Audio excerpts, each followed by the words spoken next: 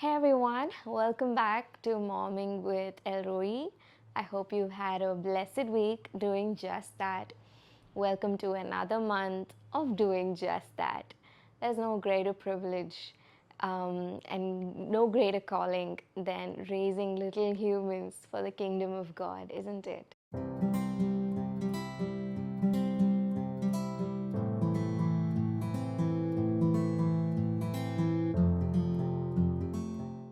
I don't know how many of you caught up on my previous video where I speak about Elroy as a co-parent. That is one of the best things I've ever done in my parenting journey as a first-time mom, having Elroy as not just my co-parent, but as my chief parent. You see, some moms need this parenting mom advice more than the rest. You may ask, who in particular? You see, we all go through motherhood differently. Um, that that needs no explanation. But there is one significant factor that makes a lot of difference, and that is the partner or the father of the child, the husband. The husband makes a significant difference in how a mom experiences motherhood. Some mothers get to have husbands who are present fathers, who are in today's terms, hands-on dads. There are a lot of millennial dads who are rewriting the narrative or in becoming hands-on dads. But you see, not every husband steps up as a present father. I don't know what your experience is as a mother, but you will agree with me at this point that your partner, your husband, makes a significant difference in how you experience motherhood. Unfortunately, there are so many mothers who are in marriages but are single mothers. Not divorced, not widowed, but very much married, but very much single mothers. Because the entire load of motherhood is on them. The entire mental load, the emotional load, the spiritual load, the physical load, the entire load of motherhood is on some mothers. Parenting is supposed to be done in partnership. It's beautiful when it's done in partnership, where they each divide and conquer, they each take up responsibilities that balance it out, that make it a beautiful journey without it being exhausting and a cumbersome load to bear. But unfortunately, if you are a mother like that who say, yes, I'm married, I very much have a husband, my child very much has a father, but the entire load is on me, I am that single mom, you may say that that's a very difficult place to be in. You see, partnership in parenting looks like this. Hey, you put the child to sleep all night, but when you wake up in the morning, I will fix the breakfast, I will make sure the child eats, I will rest the child up. It goes like this: you give the baby a bath, I will rest the baby up. It goes like this: you cook for the baby, I will make sure the baby intakes the food. So it can go like this if that kind of an arrangement is possible. But we can agree that we all cannot afford to have such an arrangement, because some of the fathers need to step out into the secular world to earn a living, to be the primary breadwinners of the household. And it's very much understandable when fathers, even though they may want to for genuine reasons, they cannot be hands-on dads, because the entire financial load and the provider responsibility falls upon them, and they don't have the luxury of time to be as present as they would like to be. But that can be understood.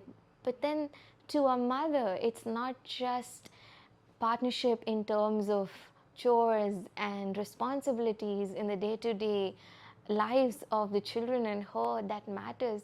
But according to me, the greatest need of the mother is the need of feeling seen, of being seen.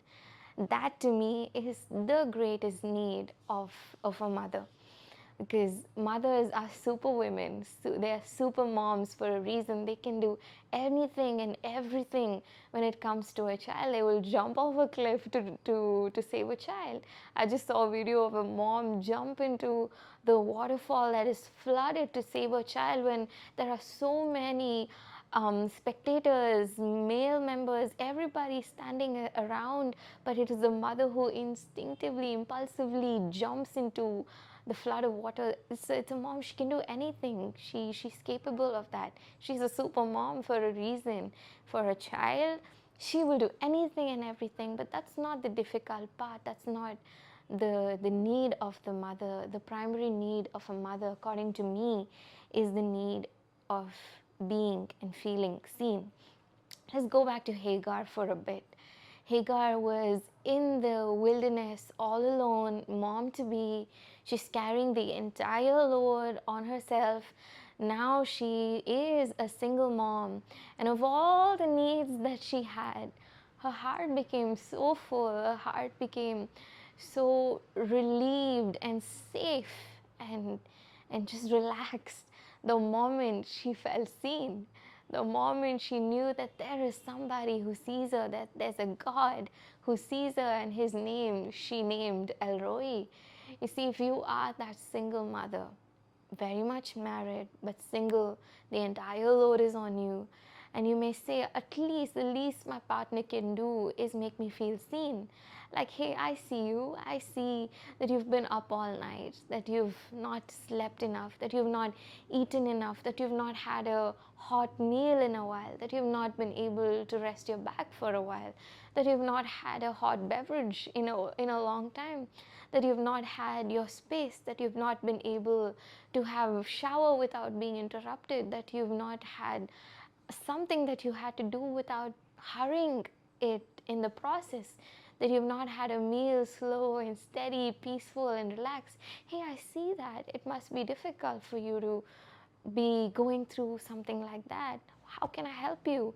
Whenever there's an opportunity, if there is a partner who says, how can I help you? How can I make things better?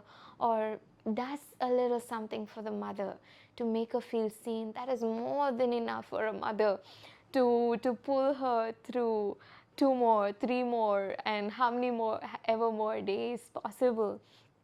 A mother just needs to be seen.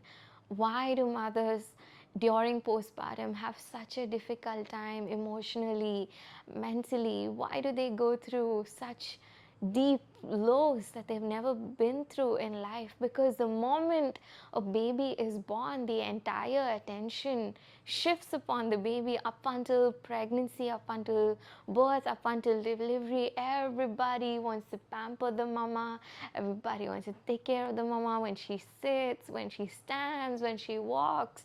Everybody is there to run to her, rescue. What do you need? You sit. I will do this for you. I will cook this for you. You eat like this. You dress like this. You walk like this. You sit like this. Everybody is there to be there for the mama. But the moment the baby arrives, the focus shifts. Everybody sees the baby. They see the baby's needs, they see the baby's cries, but barely anybody sees the mama. Barely anyone notices her need.